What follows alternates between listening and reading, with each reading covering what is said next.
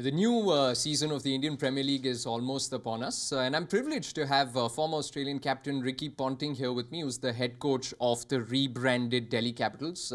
Ricky, welcome back to India, of course. You must be pleased with the squad that you have at your disposal for this particular season. There's a rare consensus as well among cricket analysts that Delhi seem to have one of the most balanced squads this season. Do you agree? I do agree. I think we have got a very well-balanced squad, but I think everyone said the same thing last year as well. And we know the way the results went last year. Look, I think all squads end up looking really good on paper. It's about how you play really now, how we train them, how we prepare them, how we get them ready for the IPL will be the difference between winning or not winning, I guess. So it's up to us to get the best out of the players, as I said. But look, I'm excited. It does feel like a really fresh start. Everything from our outfits to the logo to the whole rebrand of the Delhi Capitals is really exciting, and we've got some exciting players to work with. So I can't wait for the first game to come around.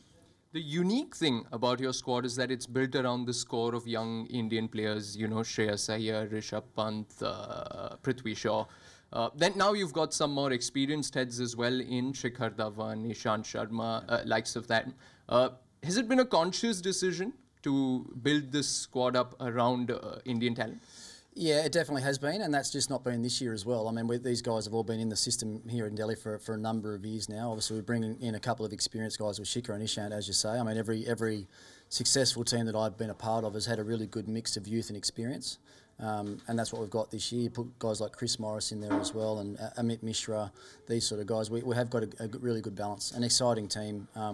With lots of options, and I think that's what you need going through an IPL. Even now, I can sit here now and probably tell you what I think our first starting 11 is, but you need to have flexibility through the tournament with different conditions, different opposition and whatever else. And I think we've got that this year. So we're just going to sit back and wait for them all to arrive now. We've got most of the young Indian boys in. A lot of the overseas guys don't arrive until late, and that can be a great challenge as well. But as I said, it's an exciting time. We play Mumbai in Mumbai first game, so it doesn't get much bigger than that for us, and we're really excited by the prospects of our season.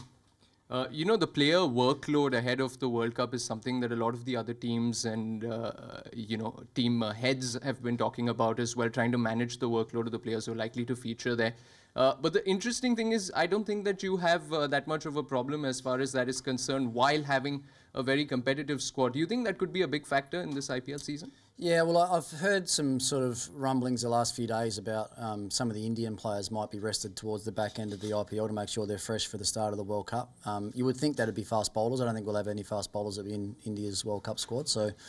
But we've got some of our overseas are probably a bit more of a concern. Looks like Rabada and Morris will probably miss the first game, so they won't be available at the start, and then they might miss a couple of games at the back end.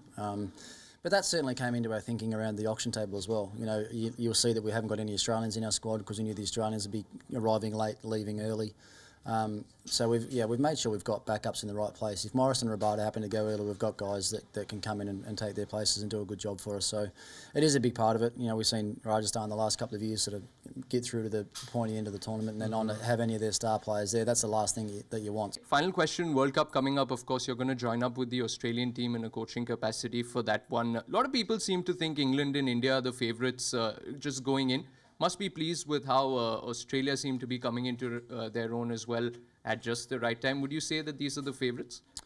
Yeah, I think so. I mean, wind the clock back a week, and there probably weren't too many people that were talking about the Australian team going to the World Cup. Things can change pretty quickly, so I don't think Australia should get too carried away with what they've done the last week over here. I don't think India should be too concerned about losing those last 3 games. I think both those teams are very, very good cricket teams and will both feature heavily, I think, in the World Cup. England, as far as I'm concerned, are still the favoured team. They've got great balance, they've got great depth, and it's in their home conditions. So I think they're the team to beat. But who knows in the World Cups? It's a tough tournament to win, as we all know. But Australia have got their own headaches now as far as selections are concerned. India are probably going to have a few as well, trying to sort out their middle order batting. But no, it's an exciting time. I'm really excited about the next couple of months here in the IPL, and then we can start thinking about the World Cup after that.